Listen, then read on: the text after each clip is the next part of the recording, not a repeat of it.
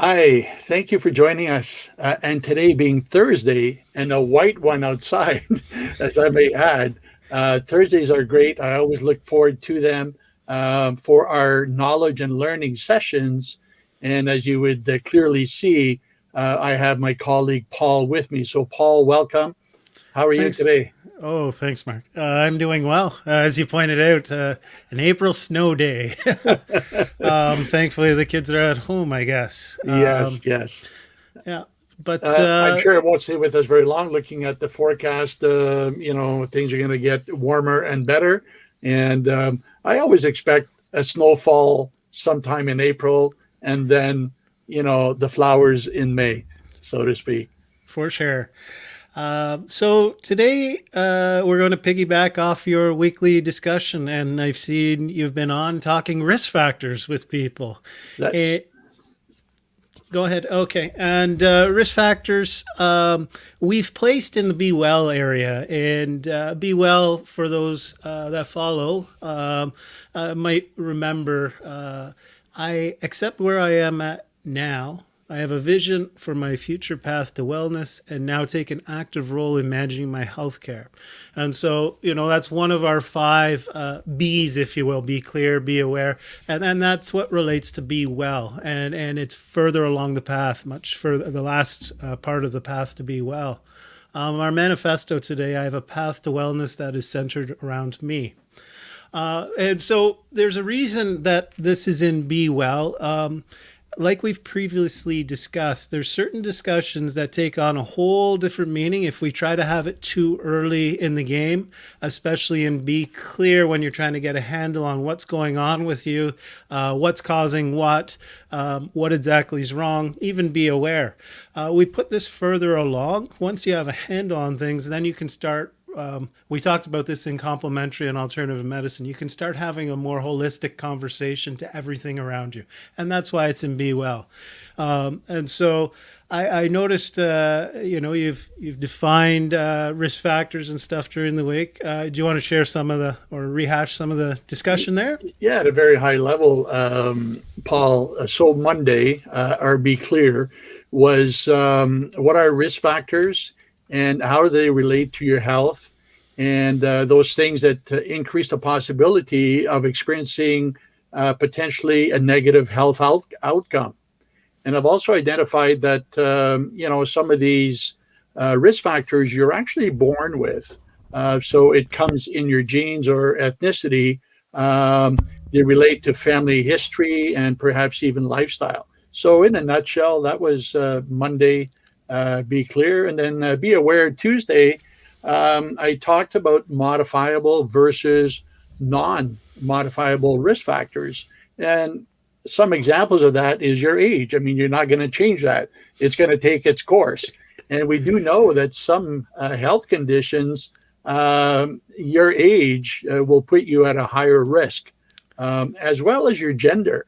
There's some health conditions that seem to be more focused on the male gender versus the female, and then there's others on female. And I think MS is one of those, and heart attacks for the male. Mm-hmm. So those are things that are non-modifiable. The modifiable ones, and that's why your doctor, when you go and see your doctor, and they ask you, what's going on, how do you feel, and then they start asking you these questions: Do you smoke? Do you drink? Those sorts of things. Well, they are indeed modifiable risk factors that if you decide to do something about it, you're going to mitigate those risks. Some examples I touched on: smoking, physical activity or inactivity, your weight, those sorts of things. And then I particularly like this one, and that was yesterday. So be informed was the social supports and coping skills and how they can really contribute to your overall success by getting a support system around you that can help and encourage you along the way, help you see things perhaps from a different perspective, all to encourage you and stay focused on your treatment plan. So that was the 3 days, and here we are today, Paul. So you take it over from here. Wow. That's a well-rounded discussion so far, and so we'll backtrack to the first day. What are risk factors? And you've pointed out that's those things that increase the possibility of a negative outcome, whatever that outcome is. Now, the list for those that follow along in weedwell.group, our Facebook group that we've had posting of, they have to do with the Be Well section, but this idea that the increase of possibility to negative income, a risk factor. Right now I'm dealing with a 5-year-old who's happy to ride a two-wheeler and he goes really fast and whiz around. But when he's on the street, he has risk factors. We have him wear a helmet because we don't want him bonking his head. We're trying to teach him to stop at stop signs, and wait and look for traffic. These are all, we would say, modifiable risk factors. They're behaviors that can be changed. There's behaviors that we're teaching. It's a simplified example, but I think it highlights it. A non-modifiable risk factor is those cars coming by too fast that might not be looking for kids or drivers on their cell phones or what have you. You can't control that. It's in someone else's control. That would be a non-modifiable risk factor. And so we don't forget about those things. We're aware, we're cognizant of, let's say, the other cars, and we teach him to be that way, but we want him to be most aware and work on the things that he can control, the modifiable. So very simplified example of something we're going through in the house right now as he's learning on his bike, and the weather is getting nicer. But just to highlight that. So we can continue that conversation to something you mentioned, and I think it's a really good point. When you go into the doctor's office and they ask you all these questions, and it's usually the ones that you put your head down, you become quiet, especially if you're guilty. Well, the doctor's typically not there to make you feel bad about it. But, in the case of, we'll say, heart disease, these are very appropriate and applicable questions when they start talking about weight, cholesterol control, blood pressure control, smoking, and physical activity, all in the realm of something that you can control. Now, if you have a family history where you have dad died young, grandpa died young, and all heart-related issues, you're never going to change that. And this is where we put it in the genetics. The doctor will ask you about that to be aware of it, but it's not something you're going to change. That's something you're born with. The doctor really focuses their attention on those 4 or 5 things that I just mentioned, and that's why they ask you. They're not trying to make you feel bad, but it's things, behaviors that you can change. And so, I would say that's a very good example. I'm glad you brought that up to the listeners on Tuesday. The support system and that. Now, this is more really a Be Well area. And so what I mean by that is when you initiate a treatment, and if we're talking specific to cannabis, it's generally something you do on your own insofar as the actual take a leap to start that. Someone might put the idea in your head. You might have a conversation. We've talked about, especially in cannabis, is not a one-size-fits-all solution, that the idea is there, but the result might not be the same. But once you start, what we do find over time is those with the highest success, if you will, have strong support systems in place and have people around that pick you up on the rough days. Well, we've shared stories over time of stuff like that. And this, I think it's a very important discussion. So if we'll backtrack for a second and actually mention what the Be Well risk factors are, they don't deviate too far from some of the things we've already mentioned, whether it's gender, biology, or your genetics, your family history, culture, race or racism, and those kind of things are things that are out of your control. You're born to what you are, or your family is what your family is, et cetera, et cetera. Now, it's important just to be aware of them, but it's not an area where you're going to focus your attention. Like when I was describing the heart disease or the potential for a heart attack. Be aware that, Dad, this happened to Dad, this happened to Mom, or this happened to Grandpa, but it's not something you're going to change. You want to focus your attention on the modifiable risk factors. And so in Be Well, we're talking more wellness or more holistic approach. And this is why you see things like income or social status, employment, education. You can always go back to school, retrain, that kind of thing.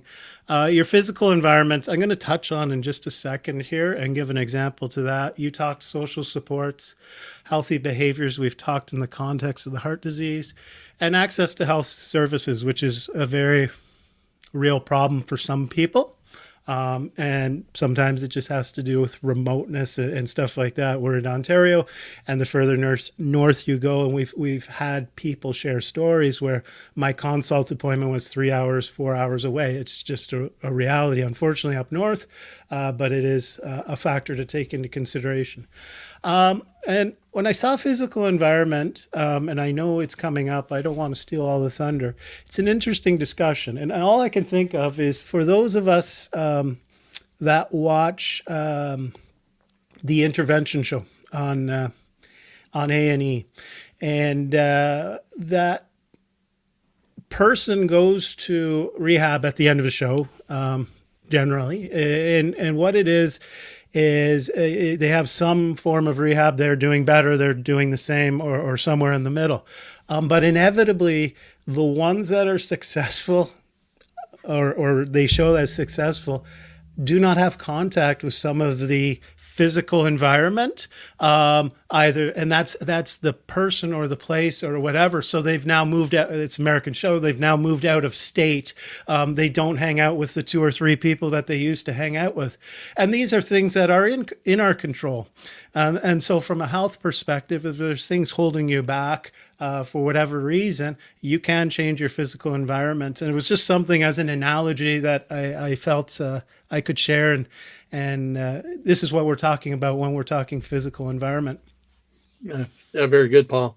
One thing I forgot to mention in my sessions this week, specifically Tuesday and Wednesday, is that as I introduced, for example, what are modifiable versus non-modifiable risk factors, I did ask our audience, our listeners, to reflect on that and even make a list of which ones that they would like to tackle this week. Maybe it's 1, maybe it's 2, but look at them. And again, in baby steps, you don't want to, change everything all at once. But if there are some that you've been kind of thinking, yeah, I should be doing something about that. And I'll just use smoking as one example.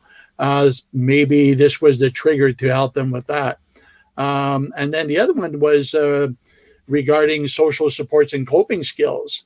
Identify those that you're grateful for. So you're in your support system, just to reflect on that and build yourself up based on that, and maybe thank those people that have supported you. And then the other one was the coping skills. What are some of the ones that you are actually utilizing for your benefit currently, and reflect on those? Can you tweak them a little bit more? Or is there another coping skill that kind of resonates with you? And I included the lists of those in the chat that they could go back and reflect on. And so it was to try to promote a stimulus for them to look at it, reflect on it, and what can they implement? So what changes can they make even as early as this week, Paul? The coping skill one, that's very good. And the idea for someone in Be Clear to really be practicing coping skills, a lot of the people, consumers that we talk to in that stage are getting by. I'm not sure they're coping at that point. Another reason why we have it in the Be Well section is, and we've heard this from numerous people, it took all my energy to go to work and get by because I had to earn for the family, and I had nothing left by the time I got home. I'm not sure that's coping. It sounds more like getting by. Mm-hmm. And it's no disrespect to the individuals that have done this. They're doing the best they can. And when I mentioned the conversation's totally different in Be Clear than Be Well, Then you slowly move towards things that you can do for yourself insofar as coping or even just assistive behaviors. And so, something like yoga, something like group sessions, whether notwithstanding COVID, about things you can do in small groups or activities like that. They'll all assist you, but they're not things you're thinking of when things are out of control, like in a Be Clear or Be Aware session, a section where you're just trying to get a handle on things. So the coping skills is quite an interesting thing, and being thankful for those around you to help you out, even their support, which they've probably been supportive of you all the way through. It appears different to you in the Be Clear phase when you're totally in a bad place to be informed or be progressing when you're in a much better place, hopefully. And it's like, they were pushing me along all the way. I just didn't realize it because I was in such a poor place. And so again, why these things appear later on in your path to be well, you need to get a handle on yourself before you can see all these other things. And so it's a really nice discussion that you brought up yesterday with the coping skills and the social supports. Mm-hmm. And Paul, as you were talking about, coping skills versus just getting by, really, really good point. And what came to mind when you mentioned that is Cynthia. If we think of her story, right, where prior to cannabis and other, things that she introduced in her treatment plan, that she was just barely getting by. Basically, it was go to work because she had an obligation to do so, and then sleeping to get recharged for the next workday. And, so as a result of that, a lot of the things at home, she wasn't really able to attend to, including her children and her husband. So she did share that with us. And I think that's a real good example of just getting by. It's not a coping skill. It's just survival mode at that point. Yeah. And you get there, and we all get there at different points in time. It's why we've really emphasized over time focusing on yourself, especially at the start. Get a handle on yourself, get that health selfie really detailed before you can really move forward, and then realize everything that's out there to help you along your path in all these physical environments, social supports, and coping skills. One thing that just came to mind as you were talking, and I was thinking in the Be Aware section, and quite often we meet clients and consumers that have issues with sleep. And so there's many modifiable risk factors to sleep. Some work, some don't. But if you have trouble with sleep, you want an example of a modifiable risk factor, here's something that might work for you. We have resources at weedwell.tips. And that's weedwell.tips. And one of them is, I believe, 15 things for sleep hygiene. And so I'm not saying go tonight or go now, read it all and implement 15 tonight. But if there's 2 or 3 that might speak to you, I do that. Try implementing that tonight and over time and see if that doesn't help you. Kind of to highlight. And if it does, then you have evidence, if you will, at least personal evidence that, hey, that's something modifiable. That's something that I can help. And hopefully, that helped you along your path a little bit. So as an example, the sleep hygiene at weedwell.tips. If you have issues with sleep, have a look at it and see if you can implement some. Yeah, excellent point and example, Paul. And mine as it relates to sleeps, because I really don't have an issue with that at all. In fact, my wife specifically says, your head's not even on the pillow yet and you're asleep on most nights. But for me, the key is 90 minutes before bedtime, I have to turn off the electronics and just allow my mind to go to rest. Because otherwise I kind of carry that, I get stimulated by it, carry it to bed. So that is one example. There's so many others. And yes, weedwell.tips, there's a good reference there. and some of them that will probably resonate with people, and perhaps more than one. For sure. And, they're risk factors. They're not for sure factors, right? And Mm. so think of it in terms of, if I actively apply myself to whatever it is, there's potential that I can make a positive difference. And any positive difference is what helps push you along your path to be well. Okay. Yeah. So, One example that came to mind, Paul, and whether it fits or not, it just came to mind. I'm going to speak it out. But some people, some of our clients have even admitted that, they need to be sedated before going to bed. And often it's alcohol, that's their method. And we all know that's not an ideal one. It could help you get by for the time, but you really need to seriously look at that and make some decisions. What is a better alternative? And for some people, and we're not saying that cannabis is the answer, it's the be all end all, but in some cases it's been a substitution of alcohol for cannabis, which is far less, potentially over time, less harmful than drinking alcohol every day. And that would be one of those questions that your doctor would ask when you go see the doctor. Do you drink? Do you consume alcohol? And if so, what does that look like? So I just thought I'd throw that in there yeah. because it fits in with the risk factors as well, right? Yes. The easiest way to start with that conversation, it's often seen as a coping mechanism. And so, first off, answer yourself honestly, why am I using it? If that's why you're using it, then you want to start in down the path of being clear, getting clear on what's the underlying cause to why you're using it. Once you can get clarity, then you might find that this is the optimal method, or there are other methods. And there could be a long list depending on what it is that you find about yourself. If it's in terms of mental health and stuff like that, it might be speaking to someone else, a psychiatrist or whatever. But again, it goes right back to framing that health selfie. First off, understanding that, am I using it for that? Yes.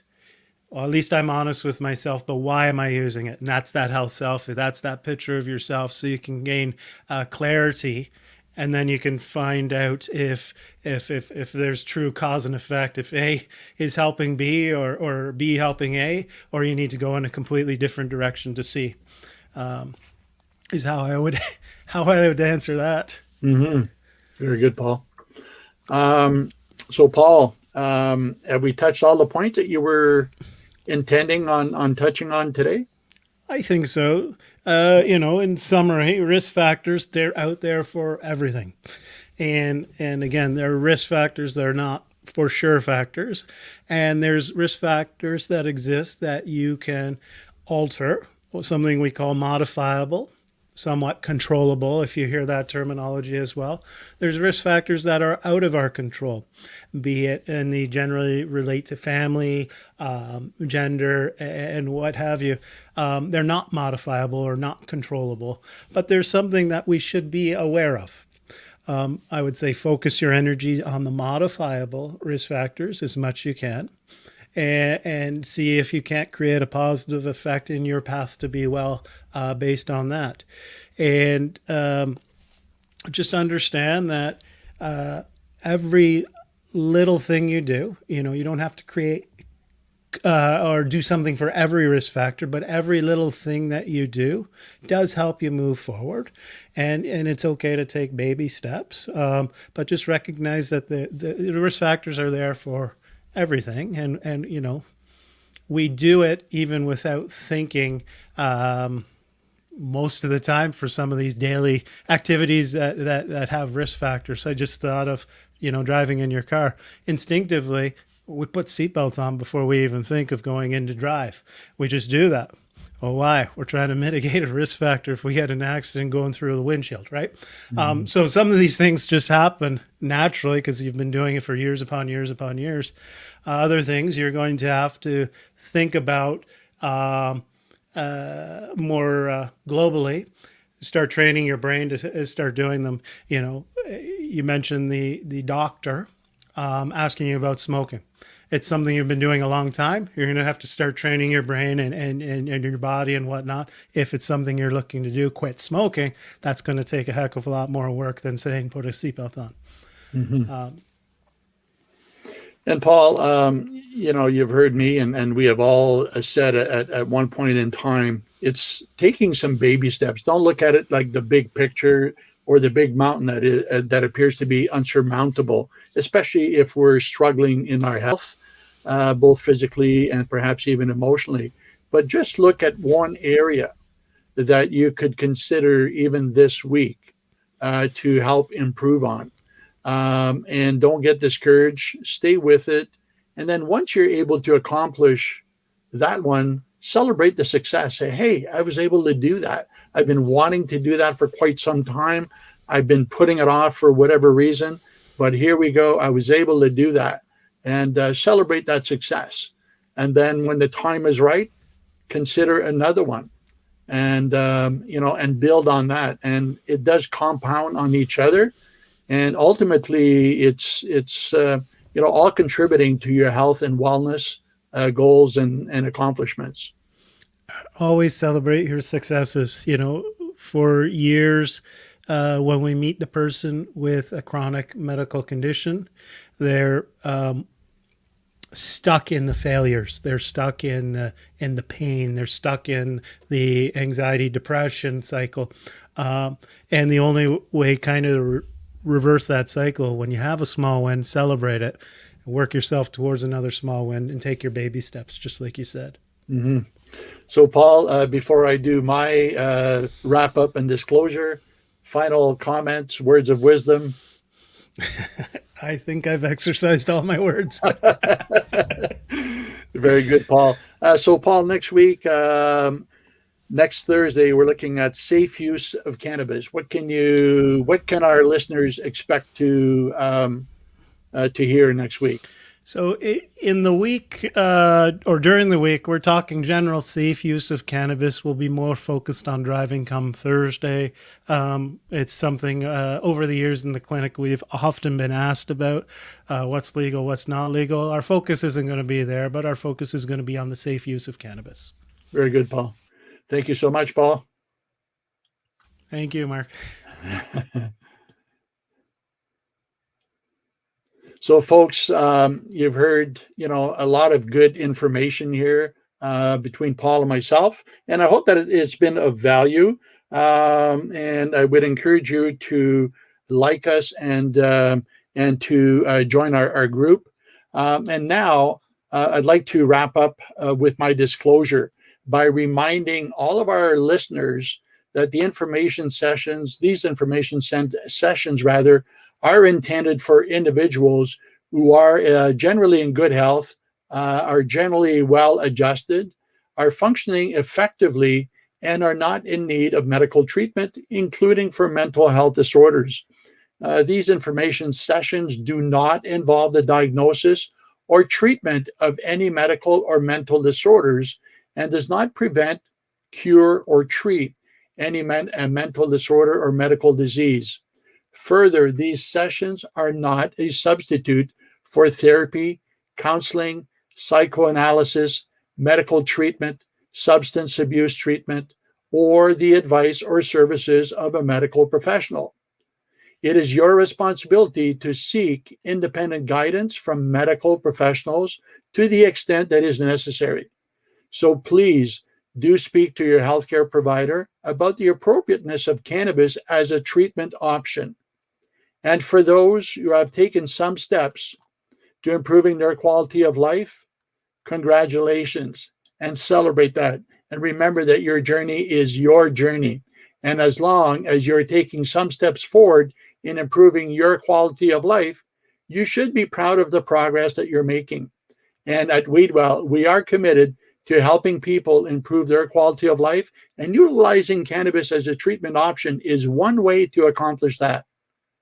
On behalf of Doug, who's not with us today, but my colleague Paul and myself, we look forward to the next time that you join us.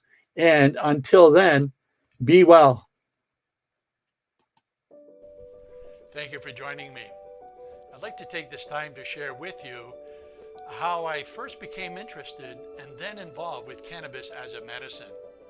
My name is Mark Tremblay, a founding member of Simcoe Holistic Health, Ontario's first medical clinic dedicated to the treatment and care of those patients considering cannabis as an option. As a teenager, I did sample marijuana and quickly concluded that it simply wasn't for me. I'll admit I did find myself judging those who did consume weed, thinking that their sole motive was strictly to get high. It wasn't until many years later that I discovered the true medical benefits of marijuana. A loved one was diagnosed with MS. After many months of symptom manifestation resulting in sleepless nights, I witnessed firsthand how cannabis can help alleviate symptoms and improve sleep. My eyes were open. My interest further increased. As a result, Simcoe Holistic Health opened its doors in 2013. Since then, our clinic has operated under 4 Health Canada regulations and served nearly 6,000 patients ranging from ages 3 to 93. I have personally witnessed countless individuals and families who experience improved quality of life. Having said that, I have also observed that cannabis treatment is simply not for everyone. As we continue to grow and expand our reach, Simcoe Holistic Health is rebranding to Weedwell. For more information, visit us at weedwell.com or follow us on our social channels. Till the next time, be well.